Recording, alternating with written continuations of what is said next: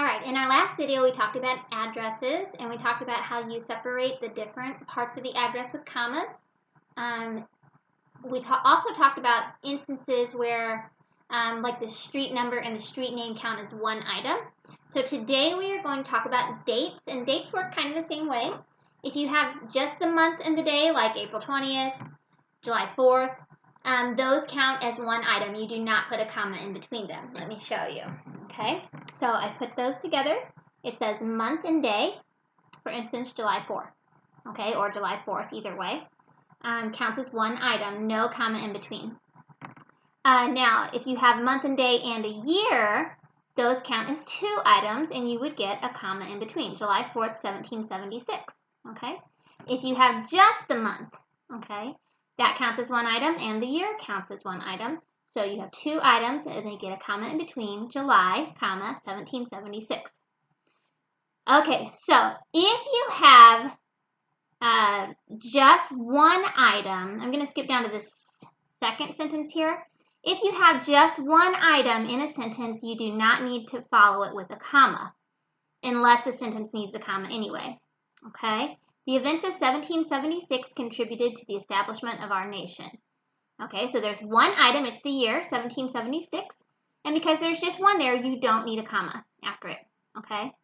Here, though, we have two items, July 1776, so they get a comma between them because there are two of them.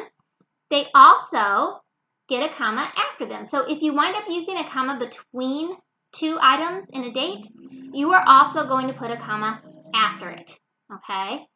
July 1776, I can't read that backwards. Okay, July 1776 is a date often written about by historians. Okay, now normally you would not need a comma between the subject and the verb, but because there are two parts and it continues, you do need a comma. Okay, and then I'm going to show you down here.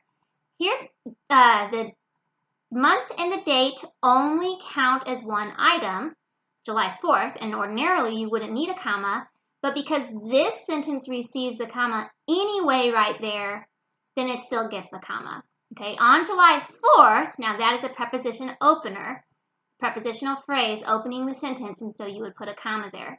On July 4th, we celebrate Independence Day. If the sentence did not require a comma, you would not use a comma here, okay?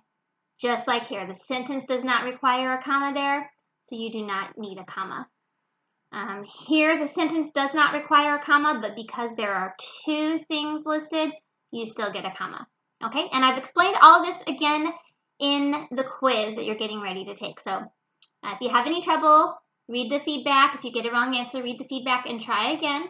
And if you still have trouble, contact me, okay? You can email me, or if you're part of my online class, you know other ways to contact me. Okay, have fun, guys. All right, bye.